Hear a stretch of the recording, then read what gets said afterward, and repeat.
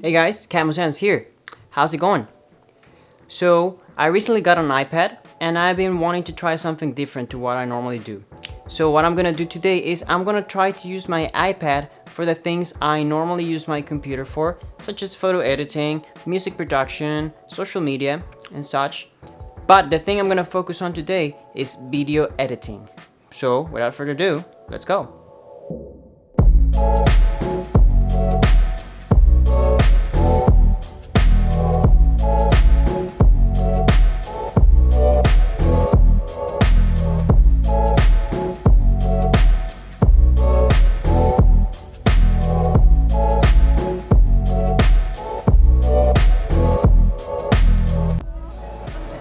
So the first step is for us to get some video, which is why I came always crazy, always crowded, Hollywood Boulevard.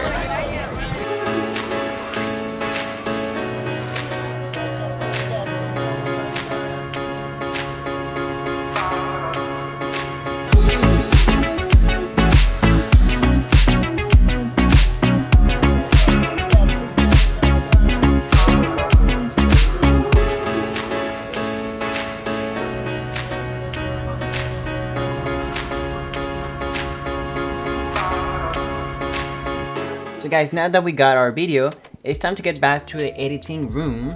And what we're gonna do is transfer our videos. I'm gonna open the Canon app that I have on my iPad, and then I'm gonna sync the camera with the iPad and transfer the files. Now this is gonna take a while, so I recommend if you have the little dongle that goes into the iPad that you can put SD cards in, use that instead, because otherwise it's just gonna take you a longer time than it's needed.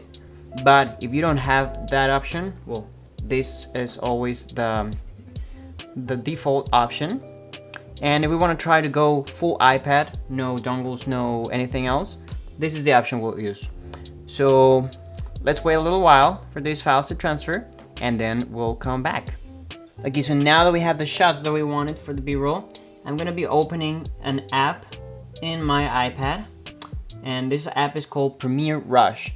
It's pretty much the same thing as Premiere Pro. The only difference is this is for mobile devices. Then I'm gonna be importing my stuff, everything that I did on the Boulevard, everything I recorded, I'm gonna be importing it into the iPad, and it's gonna take a little while.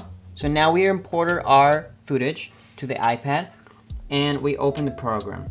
So what I'm gonna be trying to do right now is find the best shots, and forgive me if I take a while. I know it must be easier to find this, all the controllers and stuff, but this little app has got a little bit of a learning curve, so it's gonna take me a while to learn everything.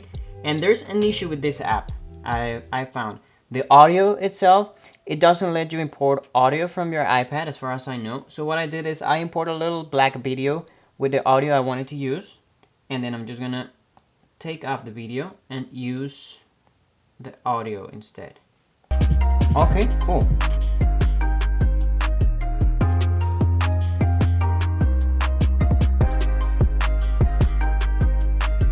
So basically what we want to do now is find the part of the song that we want to use, and then just cut that and cut the video into it.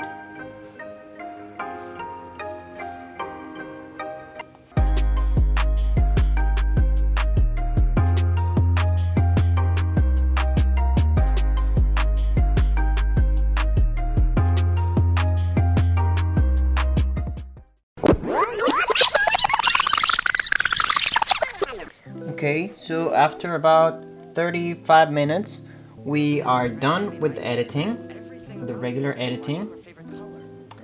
And now we're gonna do some light color correcting. Let me see how this works in the iPad.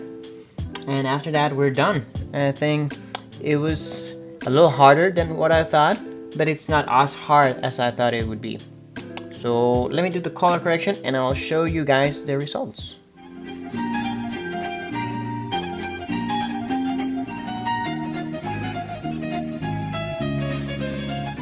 Right, so now we are rendering the video, and we ran across the main problem with this app, which is that it's a subscription service like most Adobe things, and they only give you 2 exports, which is a problem if you want to be editing on the go. But if you have an Adobe subscription, then it shouldn't be that much of a problem. So we did that, we edited the video. It took a while, it took about 45 minutes to edit in the iPad from start to finish. And without further ado, let's see the results.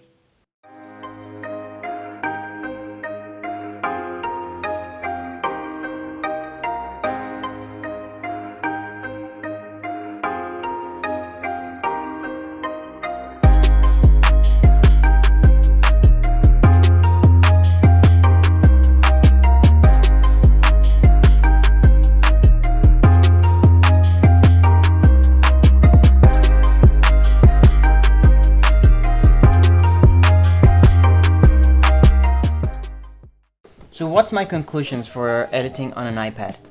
I would say the main issue I have with editing on the iPad is the real estate that we have at our disposal. But I mean, this is just a 10.2 inch iPad. I'm pretty sure if I had a bigger iPad, maybe it would be easier.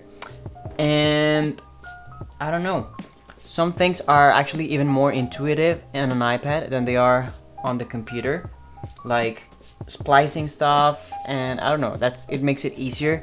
You don't have to be worrying about shortcuts. You just go right into the hand motions, and it's interesting. I think if they put a little bit more thought into developing this editing software for the iPad, they could do a very formidable choice and a very formidable competitor for computer video editors. I'm not exactly sure how well the graphics and all of that compare between the iPad and the computer. I'm pretty sure the computers are, of course, better, but it's still a good thing to do once you don't have your computer at hand or you're on the go and you want to travel super light. I recommend using the iPad for editing. Yeah. So thank you so much for watching, guys. Hope you enjoyed this little experiment, this little test challenge thingy that I did. And I'll be coming soon with you with a couple more videos. Thank you so much for watching. Till the next one.